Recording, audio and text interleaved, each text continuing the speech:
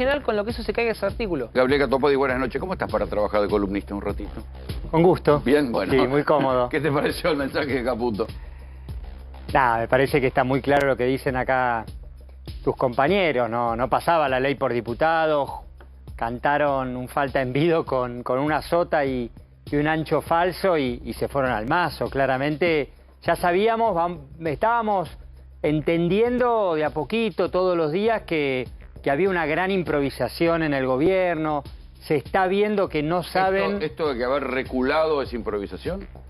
No, por eso se viene viendo mucha improvisación. Pero ellos dicen que dejan 500 artículos. Se le vienen notando los hilos de atrás a una situación que por donde la mires es muy desprolija. ¿Es una derrota para el Ejecutivo haber hecho esto? Absolutamente, pero es peor que eso, es gravísimo, porque el empresario pyme que está mirando esta conferencia de prensa y al gobierno necesita confianza, necesita tener claridad de que este presidente y este ministro de Economía saben dónde quieren llevar la Argentina.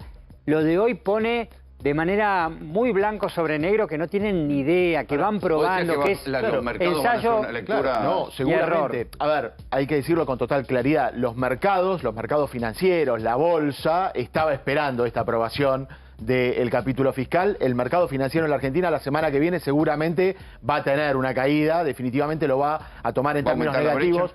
Probablemente aumente la brecha con el tipo de cambio oficial y probablemente bajen los papeles durante la semana que viene, porque el mercado esto lo esperaba con cierta ansiedad. Ahora, yo me pregunto, ¿cuál es el plan hacia adelante?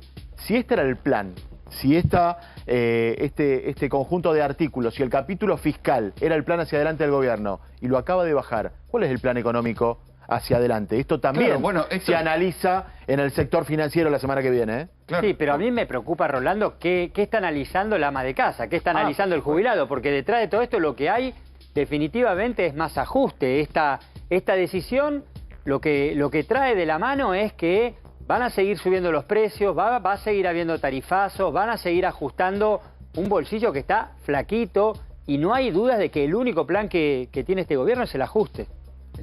Cuando te enteraste ayer de la renuncia del ministro de Infraestructura, que era justamente tu puesto en el gobierno de Alberto Fernández, ¿qué pensaste?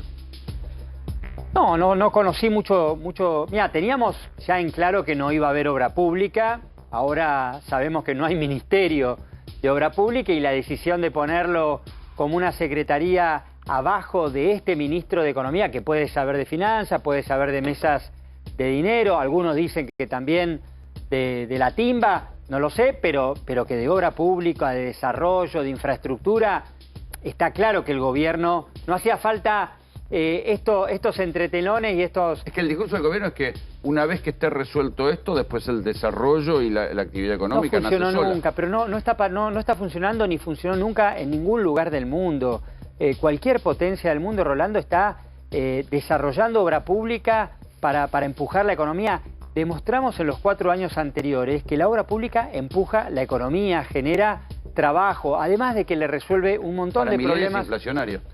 No, pero Milei no tiene un país en la cabeza que incluya las economías regionales, que piense cómo se desarrolla el norte grande, que imagina de la mano de las universidades y de la investigación el desarrollo del país. Tiene un país muy chiquito y está claro que acá lo único que manda es la planilla de Excel. Y detrás de la planilla de Excel hay jubilados, hay empresarios, hay clase media, hay comerciantes que la están pasando muy mal, que les está yendo muy mal en estos 40, 50 días. A los únicos que les está yendo bien son a los 15 empresarios, a los más ricos de la Argentina, a los que les bajan los impuestos y le generan negocios con ganancias extraordinarias. Le preguntamos esta semana a Fernando Gray, intendente de Esteban Echeverría, cómo veía la gestión de los municipios en estos tiempos. Y él nos decía, mirá, en mi caso, en Esteban Echeverría, me dejaron un túnel bajo nivel sin hacer. ¿Eso se reproduce en otros municipios? ¿Quedaron obras sin hacer de cuando vos te fuiste? Toda la obra pública nacional... ¿Qué quedó sin hacer? Por ejemplo, un ejemplo. 7.000 obras era el plan que llevamos adelante durante las empezadas. 4 años. 2.300 en ejecución. El 10 de diciembre y algunos días antes, cuando Milei ya había ganado y planteaba que no era su prioridad la obra pública, por supuesto que empezaron a haber despidos, empezaron a haber obradores que se levantaban. La autopista Presidente Perón, de Merlo a La Plata, 80 kilómetros, la obra más importante vial de los últimos 50 años por lejos, 12 municipios, más de... ¿Quedó parada? Más de 12 millones de habitantes, totalmente parada cuando le falta nada, le faltan 8 kilómetros, 10 kilómetros para terminarla. Se levantó el obrador, se paró la obra. Y es en el final entre Merlo, la Ruta 40 y el Buen Aire, el último extremo de la autovía. Pero la salida de la autopista La Plata, que permite llegar al puerto, que permite conectar la autopista Buenos Aires-La Plata con Berisso, con Ensenada, paralizada. Más de 160 obras en universidades nacionales totalmente paradas. Obras de agua y de cloaca en todas las localidades del país. Pero ya están empezadas, no es que están licitadas. Había obradores, había trabajadores que tuvieron que volver a su casa, que están recibiendo telegramas de despidos, pero porque definitivamente para ellos no cuenta. No cuenta la obra pública y claramente no cuentan los gobernadores, no cuentan las economías regionales y lo más preocupante es que, volviendo al comienzo, no saben dónde quieren, no tienen ni idea, no saben dónde quieren llevar al país. ¿Ves venir una crisis a nivel de gobernadores o a nivel de intendentes que de pronto vean que la falta de guita para gestionar lleve a la protesta social y desestabilice a los gobernadores o los propios intendentes? No, hay mucha responsabilidad de todos. Sabemos que es un momento muy delicado. Necesitamos dos cosas, Rolando, que el presidente de la nación gobierne para todos los argentinos. Primera condición. Bueno, pues ya está lo que está diciendo, se corta la plata. Pero primera condición, que entienda que no tiene que solamente conversar, dialogar, atender a su núcleo duro y jugar en las redes. Tiene que gobernar para los 47 millones de argentinos, cosa que no está haciendo. No hay 2, 3 Argentinas, hay una sola, lo elegimos, lo eligieron presidente, tiene que gobernar a los que simpatizan con él y a todos los que por ahí no lo votaron, pero que necesitamos que le vaya bien. Primera condición. Segunda condición, no hay empresarios desestabilizadores, no hay comerciantes que fueron el miércoles a la Plaza de los Dos Congresos con intención de poner palos en la rueda, no hay trabajadores con ganas de joder a nadie. Lo único que hay es gente millones preocupada de argentinos que le están diciendo al presidente, que le van anticipando al presidente de todas las maneras posibles, en la calle, en la justicia, en el Congreso, en mi caso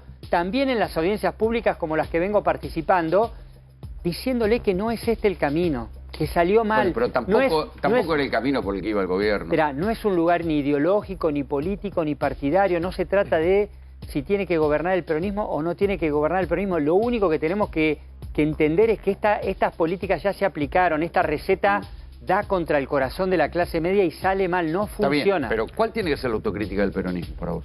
No, el peronismo perdió las elecciones y esa como autocrítica es suficiente. Nosotros sabemos que no cumplimos, claro, sabemos que no cumplimos con un montón de expectativas de la gente vinculadas fundamentalmente al bolsillo, al poder adquisitivo, pero no hay dudas de que había inflación, pero había trabajo, había inflación y estábamos con los niveles de desocupación más bajos en muchísimos años.